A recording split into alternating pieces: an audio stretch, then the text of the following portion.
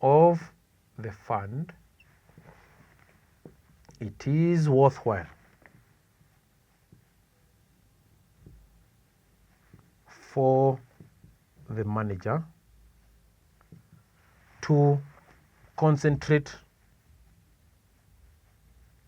on the most efficient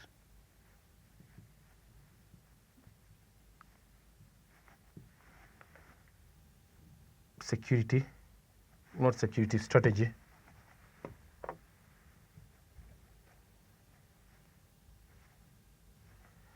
that is undervalued and reaps. It is undervalued and reaps absolute significant alpha. Significant alpha, like that. So that is general fixed income. The third category is multi-strategy.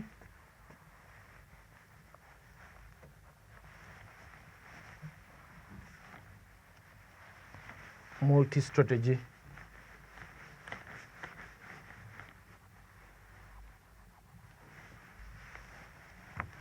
Multi-strategy, C, strategy, exploits pricing discrepancies between securities. Exploits pricing discrepancies between securities, providing significant returns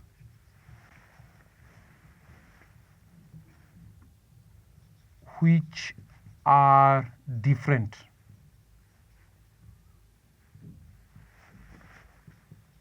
from these two: convertible arbitrage and general fixed income.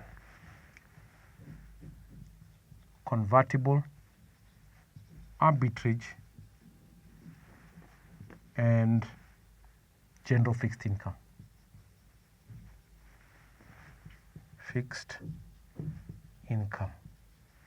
So you try and use a multitude of strategies that are going to be different from these two over here, and you are saying that you could be able to probably use maybe special situation strategies over there.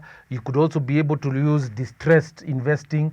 You could be able to try and also consider investing in merger arbitrage amongst others, like that. That is what you're saying is a multi-strategy, like that. But notice, multi-strategy is a relative value. We had mentioned relative value is as compared to a benchmark, or say what you're saying, the treasury bill rate of return there. Now that is it for relative value. The third category is macro strategy. Number 3, macro strategy. Under macro strategy, you look at these factors: political, economic, socio-cultural, technological, ecological, and legal environment there. That is what I want you to understand there. And to explain that, we can move on this other side here.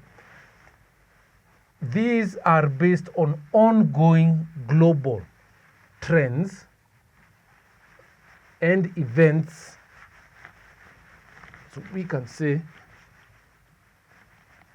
the following: these strategies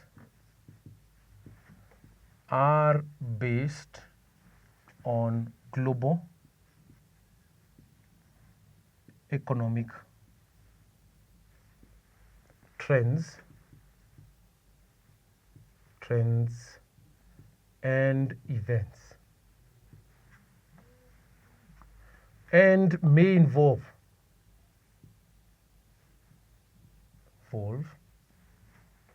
short and long positions and long positions in equity, fixed income,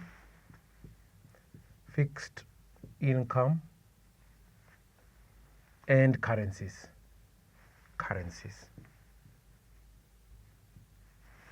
That is what you're saying is a macro strategy like that. We do not have any subdivision that exists under macro strategy. Now we move on to the fourth and final category, which you're saying is equity hedge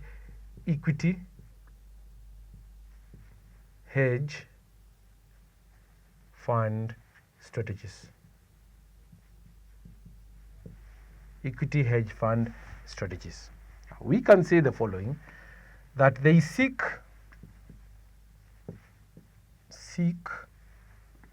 to profit from exploiting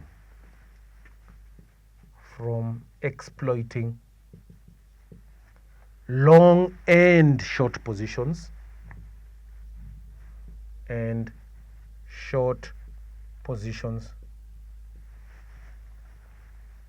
in publicly traded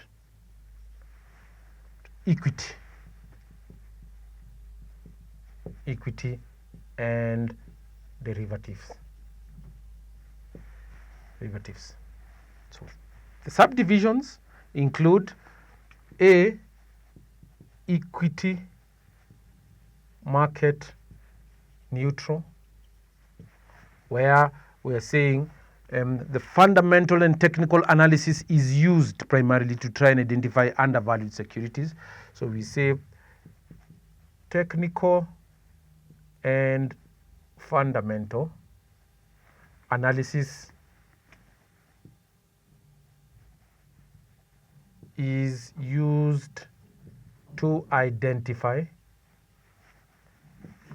undervalued securities there. B, we are looking at fundamental growth strategy. So fundamental growth.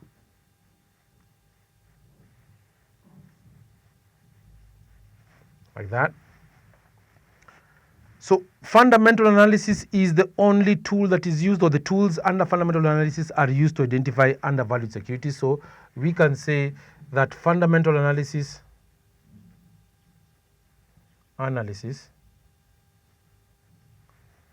is used to identify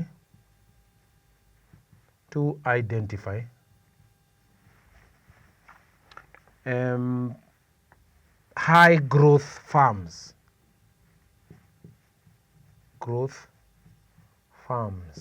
Like that. So you consider, the manager considers investing in a fundamental or using fundamental growth to try and enhance the return of the portfolio, like that. Then finally, C is short bias strategy. They employ short positions. The manager employs short positions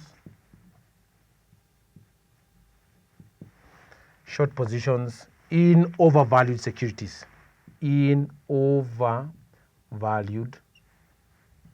securities.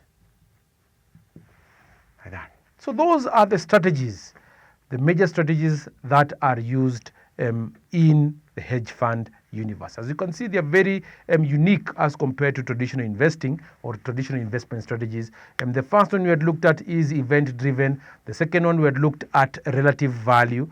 The third one we have looked over here at macro strategy, and right over here. And the fourth one we have looked at equity hedge fund strategies there. So having looked at the hedge fund strategies right here, now it is up to us to now move on and look at the biases in hedge fund indices. They include selection bias, backfill bias, and survivorship bias right there. So let's look at them in brief.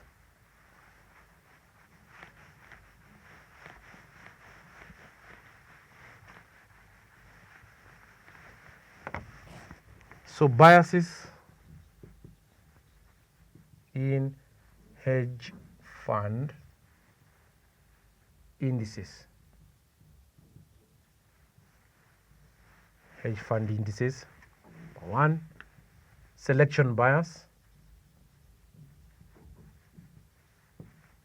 So what we have already mentioned, that hedge funds are not allowed to report their net asset values whenever they as a requirement in law.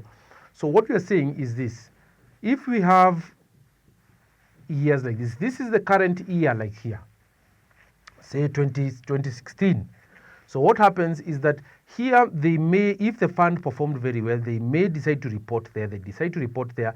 They may not decide to report here and report over here like that. And now it reaches over here, this 50 over here. In trying to evaluate maybe the hedge fund performance, it might be a bit difficult, because we are saying that it will only consider the securities which have been selected in the prior years, right over here like that. This is almost similar to backfill bias, where we are saying in backfill bias, what happens is that the reporting, or if you're trying to perform some performance reporting, it will be based on these 2 years which have actually yielded the performance right over there. So putting it in writing, I can say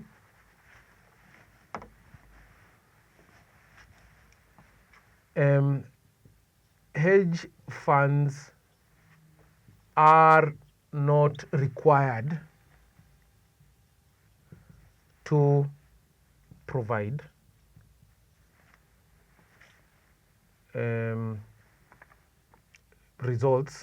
performance results,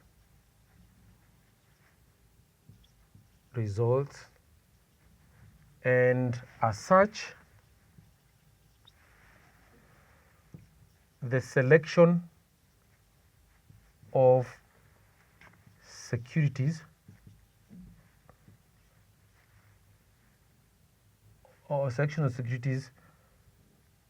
may involve only the best